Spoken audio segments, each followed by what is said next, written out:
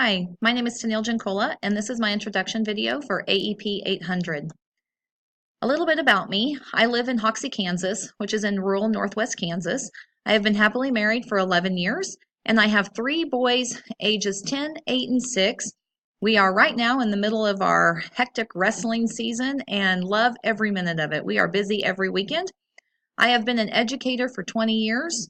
And currently I am the middle school science teacher at Hoxie Junior Senior High School. I believe technology has a huge impact and influence on education. In today's world, that is where we are headed.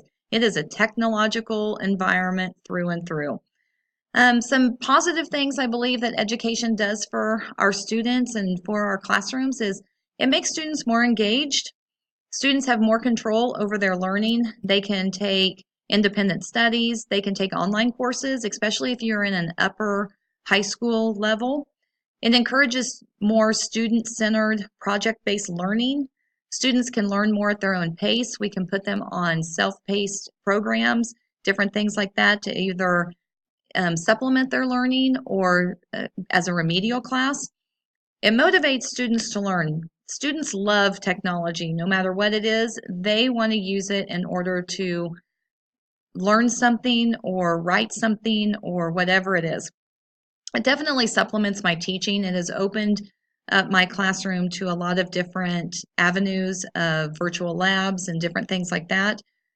It opens the doors for more resources that can be accessed, and it prepares students for the future.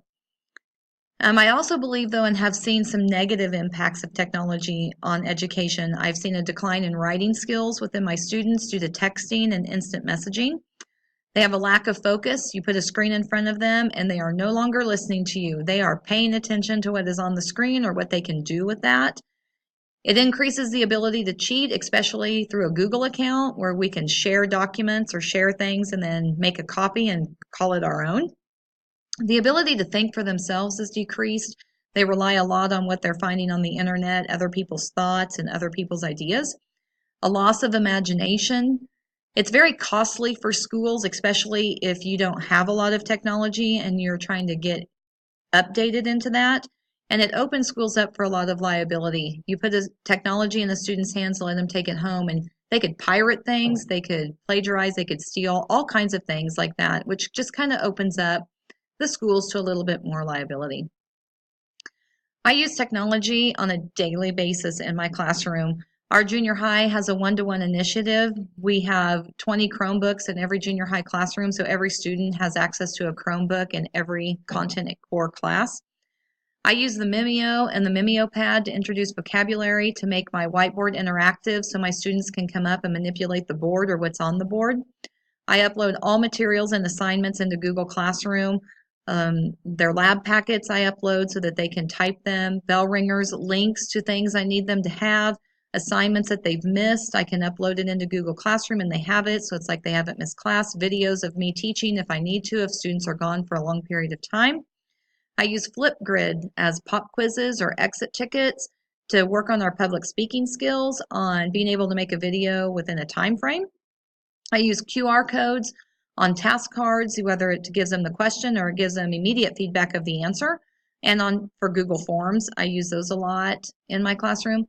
YouTube, I use extensively in my class with science videos for lab stations, have students research videos they could directly tie into what we're studying and present that. I use Kami to convert PDF files so they can type on them. I have my students are presenting all the time using either Powtoon, Canva, Prezi, Google Slides, PowerPoint. I personally use PowerPoint for notes and engagement activities when I'm starting a new unit.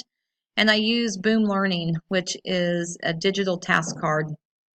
So the task cards are online and they can use those and answer them right there, and it sends me feedback on their grade and how they did.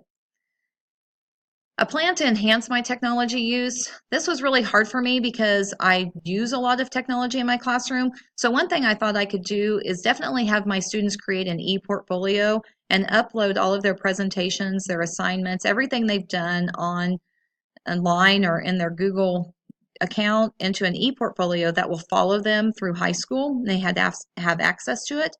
Have my students create interactive lessons using Mimeo. and attend workshops to enhance my own learning of the software I already have, especially within Chromebooks, and to shadow colleagues who implement a lot of technology as well to see what other things I can do with what I'm already using. The impact of funding will be great, I believe, on technology use. If we continue to get cuts, then we're going to be locked into the level of technology that we have right now, and we're not going to be able to update as we need to. However, if funding were to increase, definitely our students would have increased technology available to them, such as a full-size PC or a normal PC, rather than being limited to the capabilities of a Chromebook. Our entire 7th through 12th grade would be on a one-to-one initiative, and we would be able to update our infrastructure so that the internet didn't lag as much as it does right now and was accessible more effectively everywhere in the building. Thank you for watching my introduction video. Good luck in this class and have fun.